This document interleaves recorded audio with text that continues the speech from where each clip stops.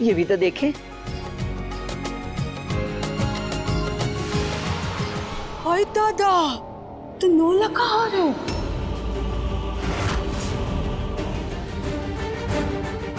इसे कहते हैं ना माँ का दिया हुआ उपहार। ये उपहार तो दीदी की तरफ से है। सुरभि जी, कितना त्याग कीजिएगा। हम समझ गए हैं, आरती के लिए आप माँ से भी बढ़कर हैं और इस घर में यशोदा मैया का दर्जा देवकी से बहुत ऊंचा है। चलिए छोड़िए, अब जल्दी से विदाई की तैयारी कीजिए।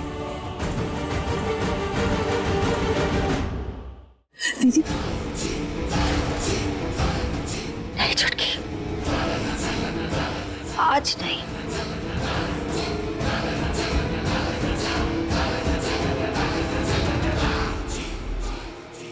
अरे कहाँ गई बहुरिया की यशोदा मैया? विदाई का मुहूर्त निकला जा रहा है। अरे विधि की तैयारी शुरू करते हैं।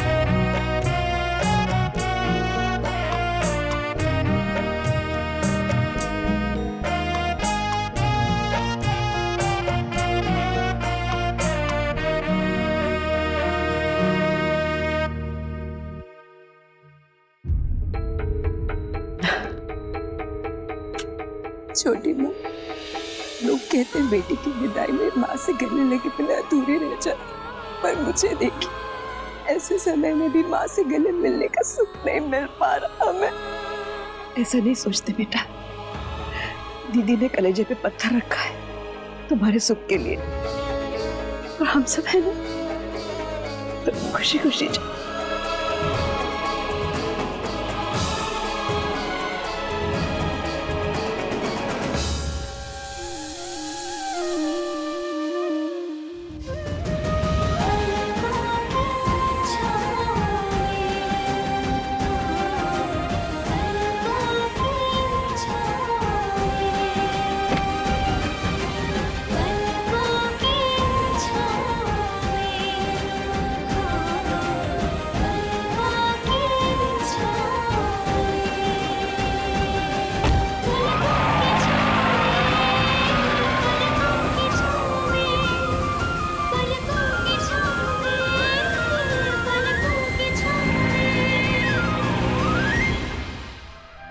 जी हम बारात के साथ आए थे तो बारात के साथ ही जाना होगा।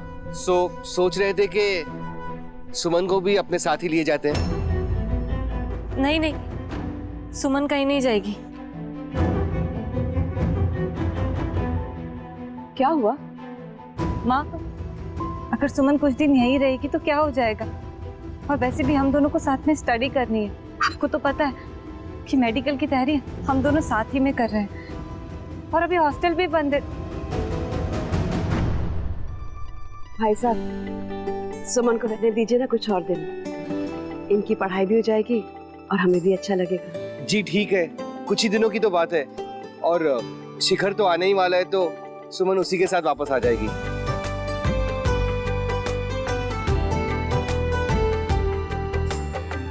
अपना ख्याल रखना।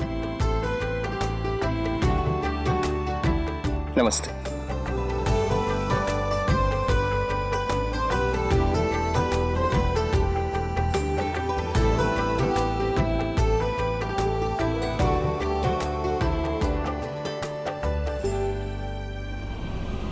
बड़ी माँ, दीदी,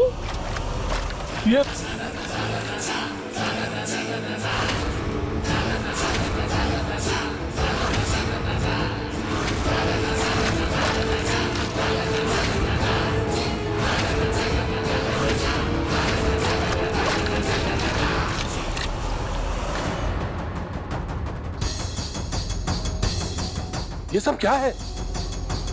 क्या कर रही हो तुम बड़की बहू? प्रायश्चित बाबूजी, प्रायश्चित।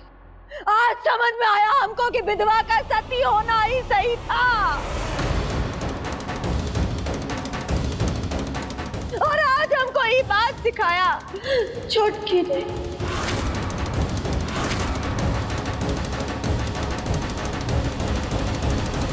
अरे अब छोटकी बहू ने ऐसा क्या कर दिया कि तुम इतना बड़ा फैसला लेने पर आतुर हो गई हो? खानदान का मान और आत्मसम्मान से बढ़कर भी कुछ चीज होता है क्या बाबूजी? जिंदगी ने पति का संग और खुशियों का रंग तो हमसे पहले ही छीन लिया था।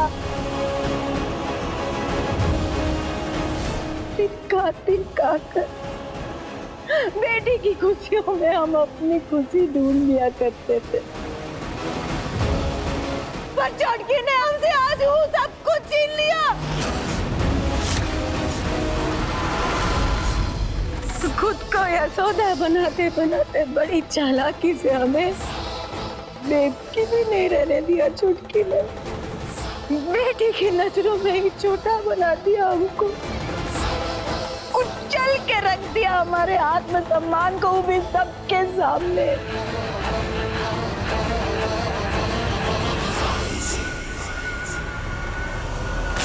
अब तो बस हमारे पास एक ही रास्ता बचा है। नहीं नहीं दीदी। बड़ी माँ,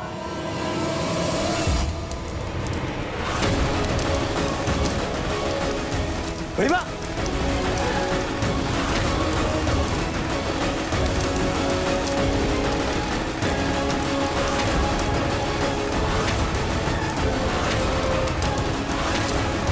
दीदी नहीं।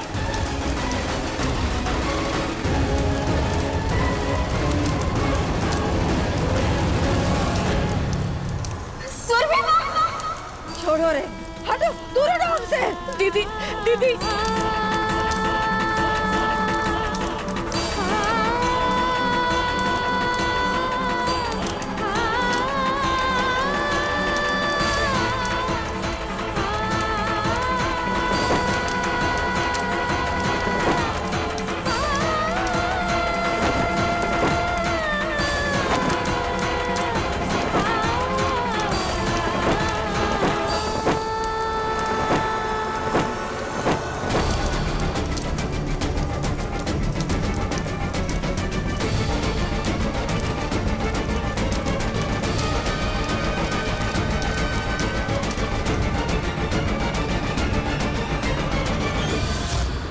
ये क्या पागलपन है बड़की बहू? पगला गई हो क्या? जिसका सब कुछ लुट गया हो बाबूजी, वो तो पागल ही हो जाएगी। वो हार हम आप ही के लिए लाए थे। वो बक्स कुछ छोटा बड़ा था, हमें नहीं मालूम वो नौलख का हार का बक्स हमारे पास कैसे आ गया।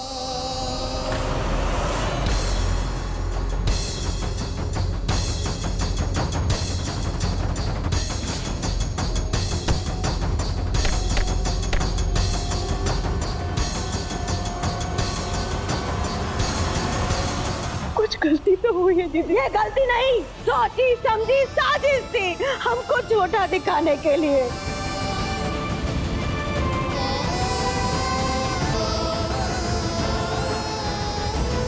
गलती जूलर से हुई है बड़ी माँ, या शायद हमसे, क्योंकि मैं खुद गया था सबके लिए गहने बनवाने। दादाजी से लेकर नंदनी तक के सारे गिफ्ट मैंने खुद ऑर्डर किए थे। शायद मुझसे कोई गलती हो गई जूलर को समझाने में, और आपका वो गिफ्ट वैसा नहीं बन पाया जैसा बनना चाहिए था। अरे वाह रे बहुआ, तो ये है राम के असली रंग। अरे हम तो तुमको राम जी समझे थे। राम जी जो सबके होते हैं, जो अपनी माँ कौशल्या नहीं, दूसरी माँ कैकेयी के वरदान के कारण राजपाट त्याग के चले गए। लेकिन तुम तो साधारण बेटा निकले बउआ, जो अपनी माँ के साथ आके खड़ा हो गया। नहीं दीदी, ऐसा कुछ नहीं है, आप हमारा विश्वास करिए दीदी। शर्म नहीं आ रही तुम्हें? सुरभि माँ पर उंगली उठ, अंशुमन जी सारा इल्जाम खुद पर ले रहे हो, तुम बस स्टैचू की तरह खड़े हो यहाँ पे। क्या यही है तुम्हारा टशन? हाँ, कि सच बोलने की हिम्मत भी नहीं हो रही तुम्हारी। बताओ सबको कि गलती तुम्हारी है। ये सही है, गलती खुद करो और कहो कि गलती मैंने की। तुम सामने से आ रही थी, तुम्हें नहीं दिखाई दिया, तुम टकराई और बॉक्स एक्सचेंज हुआ, समझ गए? जिसकी वजह से माँ का हर बड़ी माँ को, और ये सब जो नाटक हो रहा है ना, सिर्फ और सिर्फ तुम्हारी वजह से हो रहा है। What do you mean? खुद की गलती दूसरे पर थोप रहे हो। सच बोलने की हिम्मत नहीं हो रही या डर रहे हो? अच्छा शट अप, मैं अपने घर में भला क्यों डरूं? तुम्हें नहीं दिखाई दे रहा था, तुम सामने से फोन पे बात करते हुए आ रही थी। हम नहीं खोए हुए थे अपने फोन में, तुम आए हमारे सामने, तुम टकराए।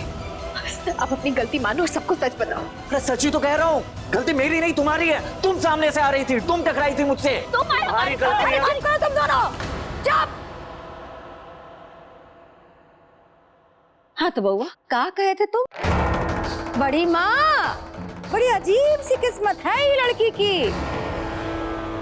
ये जब कुछ करती है तो हमको लगता है कि गलत कर रही है, लेकिन हो सही जाता है। अरे नहीं होता है सही, सब गलत होता है सब।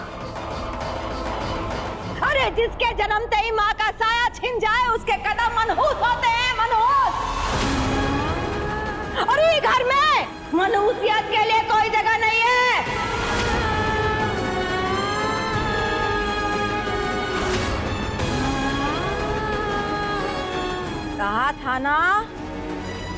कहा था ना तुमको, गलती से भी गलती नहीं करना।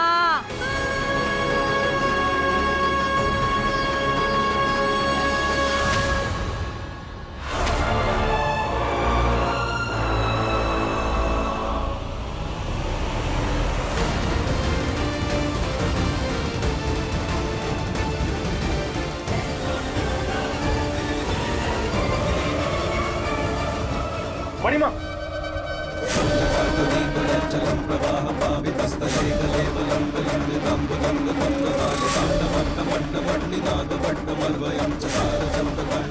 अगर किसी के जन्म लेने से उसका भाग्य तय होता तो भगवान श्री कृष्ण के जन्म लेते ही देवकी और वासुदेव एक पल में रिहा हो जाते।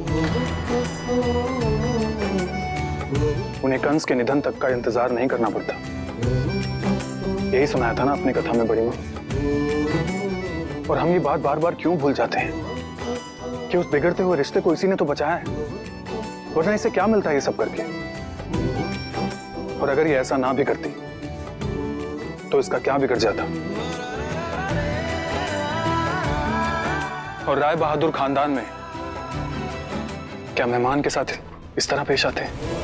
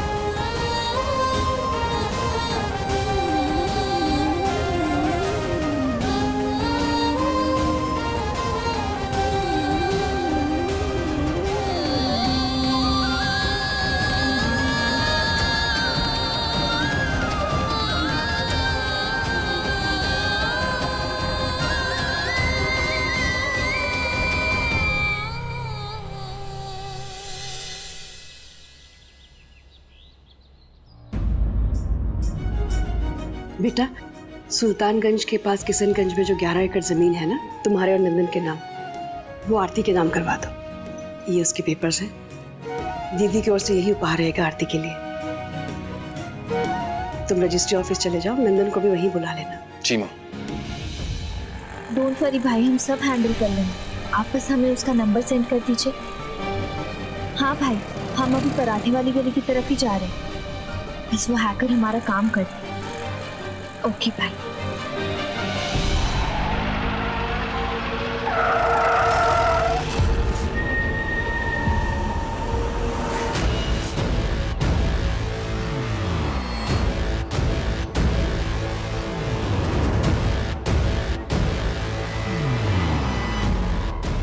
अपना ये 3 पहिया लेके निकल बे। ये मैडम अब हमारे साथ हमारी गाड़ी में जाएंगी। भैया रुकिए।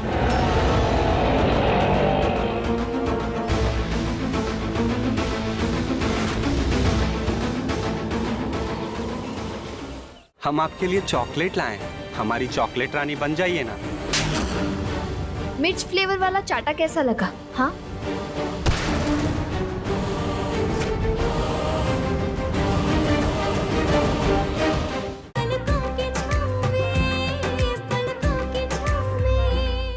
हाँ तो मैडम, हमारा रिवॉल्वर कहाँ है?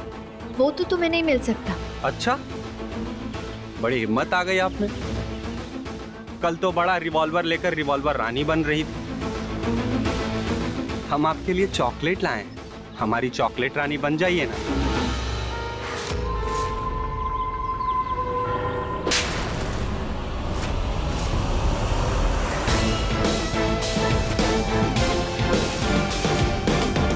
मिर्च फ्लेवर वाला चाटा कैसा लगा? हाँ,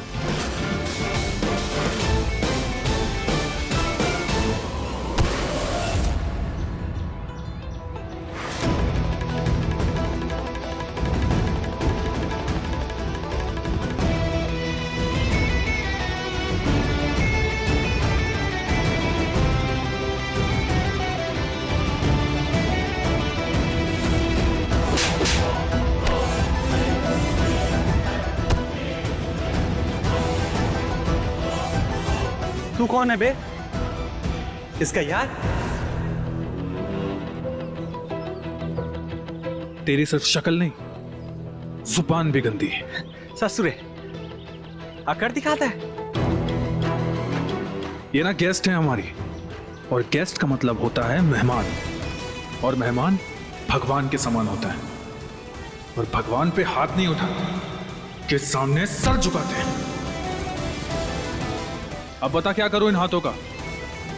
तोड़ दूं या छोड़ दूं?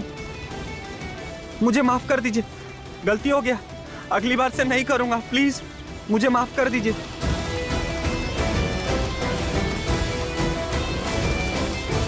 अगली बार से गलती की तो गलती करने के लायक भी नहीं रहोगे।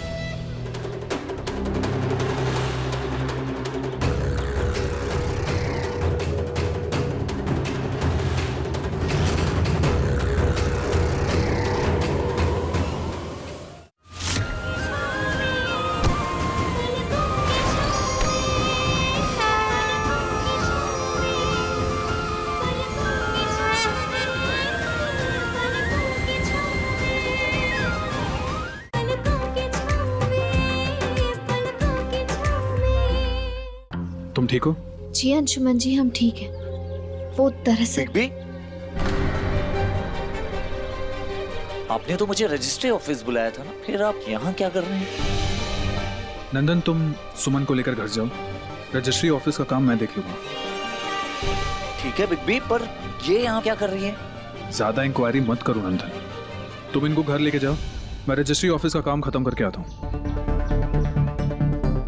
ओह, मैडम फोन पे जो हैकर के बारे में बात कर रही थी, उसे ढूंढने आई थी।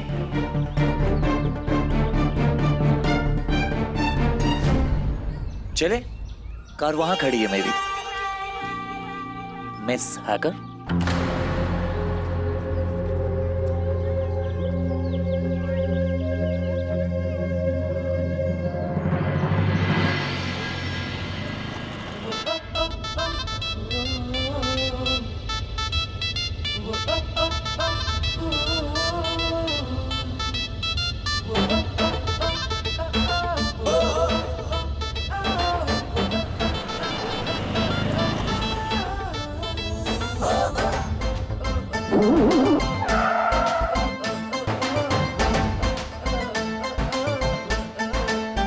लो, गाड़ी तो बंद हो गई।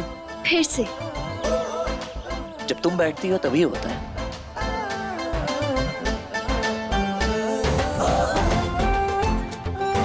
देखता हूं मैं।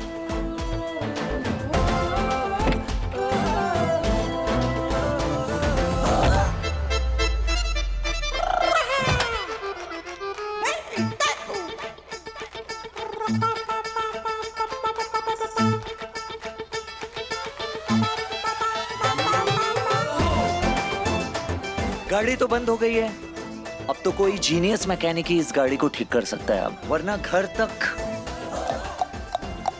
वॉक करके जाना होगा।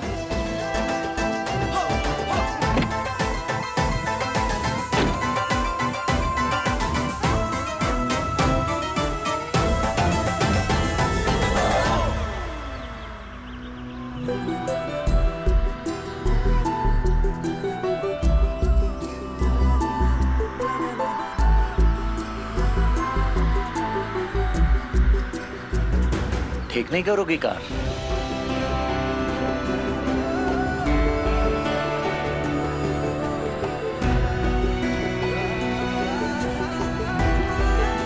Right thing on right time, सुना है कभी? जब सही समय आएगा ना तो ठीक कर देंगे अच्छे से। किसका अकाउंट हैक करना है मुझे बता दी होती। बहुत सारे हैकर्स को जानता हूँ मैं। ओ, किसी ने डिच किया है, उसकी लाइफ हेल्प करनी हो तो वो भी मुझे बता दी होती, मैं कर लेता डेफिनेटली।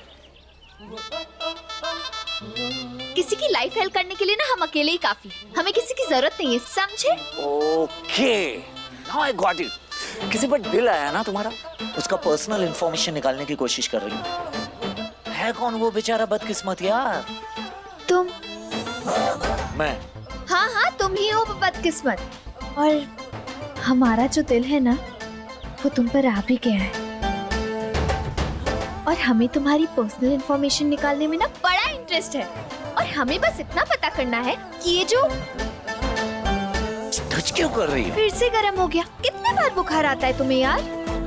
हमारा हाथ जल गया, जिसका ऊपर का माला बिल्कुल खाली रहता है, जैसे कि तुम। तो तुम जैसे चंदू को कोई लड़की घास भी डालती होगी या?